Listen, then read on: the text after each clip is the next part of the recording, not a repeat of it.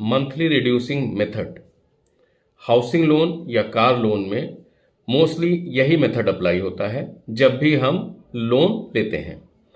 इसको ऐसे समझ सकते हैं कि अगर मान लीजिए हमने 20 साल के लिए कोई प्रॉपर्टी खरीदनी है और बैंक से हमने हाउसिंग लोन लिया, तो हाउसिंग लोन 25 लाख का 20 साल के लिए अराउंड आपकी 21,000 के आसपास किस्त जाएगी।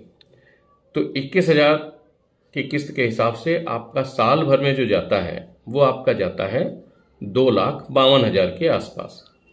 अब आप देखेंगे कि अगर 8% के हिसाब से 25 लाख पे जो इंटरेस्ट हो रहा है वो तो लगभग 2 लाख हो रहा है, तो ये 52,000 क्या है? ये 52,000 आपका प्रिंसिपल पार्ट में कम हुआ। लेकिन कैलकुलेशन इसको इस हिसाब से करना है कि पर मंथ ईएमआई जो आपकी जा रही है उसमें कुछ पार्ट आपका प्रिंसिपल का भी जा रहा है और बाकी पार्ट आपका इंटरेस्ट का जा रहा है। तो इसी तरीके से मंथली रिड्यूस होता रहता है आपका प्रिंसिपल।